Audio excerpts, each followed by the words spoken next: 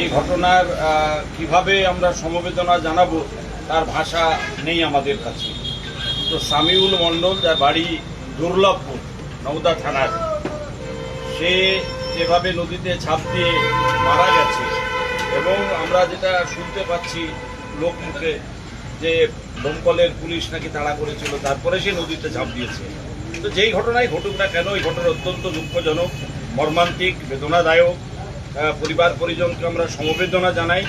Dead body এখন ওঠেনি, police প্রশাসন চেষ্টা করছে এবং সেখানে এনজিওর তরফ থেকেও এখানে সমস্ত ডুবুরিরা এসেছে, তারাও চেষ্টা করছে, পুলিশ প্রশাসন চেষ্টা করছে এবং একগাদা পুলিশ আজকে ডোমকল থানা, এখানে নওদা থানা, হরিহরপাড়া থানা, পাশে থানারপাড়া থানা, 4টে থানার সমস্ত ফোর্সরা এখানে এসেছেন, এসডিপি সাহেবরা আছেন, তারা চেষ্টা করছেন কিভাবে এই ডেড বডিটাকে উদ্ধার করা যায়।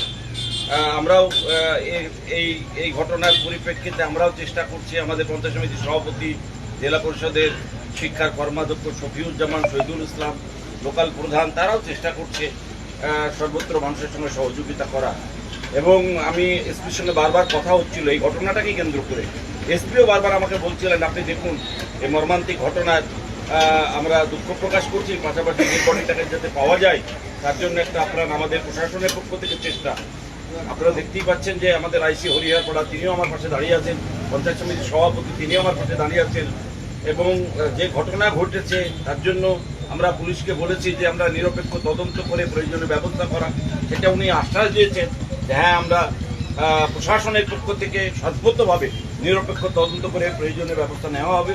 এবং পাশাপাশি তার যে স্ত্রী আছে তার জন্য একটা পুলিশের পক্ষ থেকে একটা চাকরি দেওয়ার, সিভিকে চাকরি দেওয়ার একটা প্রতিশ্রুতি দেওয়া হয়েছে।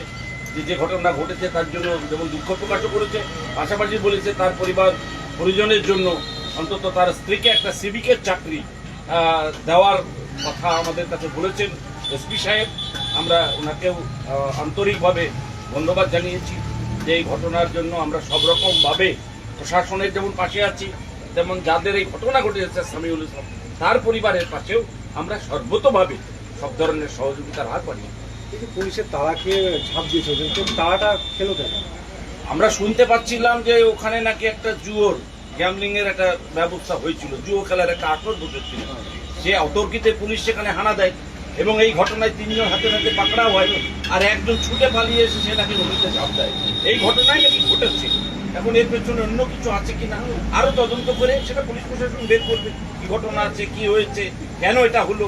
নিশ্চয়ই 3 জন আসামি যখন পুলিশের কাস্টডিতে আছে তখন তারাও বলবে, তার বন্ধু বান্ধব যারা এই জুয়ো খেলার সঙ্গে যুক্ত ছিল তারা বলতে পারবে যে সত্যিকারের ঘটনা কি ঘটেছে, কেন ঘটেছে, কিভাবে এটা হলো, কেন ঝাঁপ দিল, কেন তাকে আমরা রেস্কিউ করতে পারলাম না, কেন উদ্ধার করতে পারলাম না। নিশ্চয়ই যারা পাশে ছিল তারা বলবে এই ঘটনাটা কি ঘটেছে।